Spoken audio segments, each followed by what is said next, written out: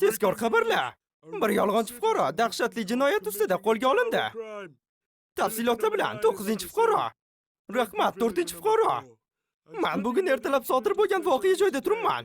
Bizda Anutomga o'rnatilgan kamerada olingan tasvirlar mavjud. Salom. 14-fuqaro bizning qonunlarimizga butunlay qarshilik ko'rsatgunicha bu qishloqdagi shunchaki oddiygina kun edi. To'xta! Sen qoidani buzib tashlading. Qimillama joyidan to'xta! Jinoyatchi axlat!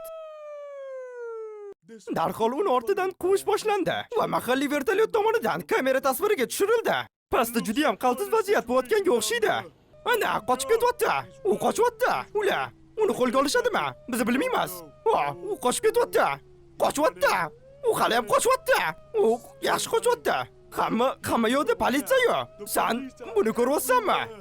Ko'ryapsanmi dedim. Yo'q. Men oddiy vertolyotman. To'xta. Yo'q. U yo'q dedi.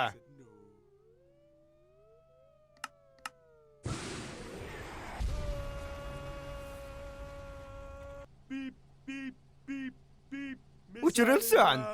Nima? Ishga tushirilsin. Ishga tushirish.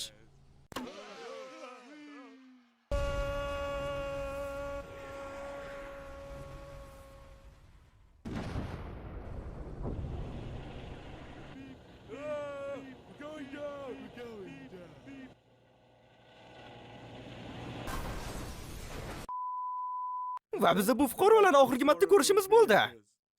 14-fuqaro qishloqdan qochib ketayotganida qo'lga olindi. Politsiya yo'lga mixla qo'yib qo'ydi. Va ular 14-fuqaroga buni ko'rsatib qo'yishdi. Va uni sudlashdi. Va u o'lim chuquriga tashlashga hukm qilindi.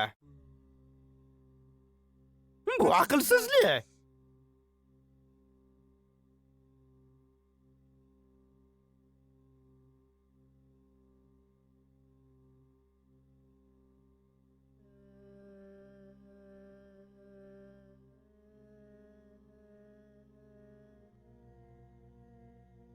To'g'rimi?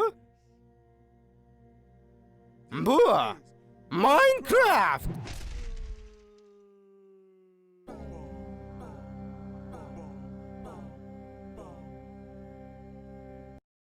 Bu unchalik samarali emas.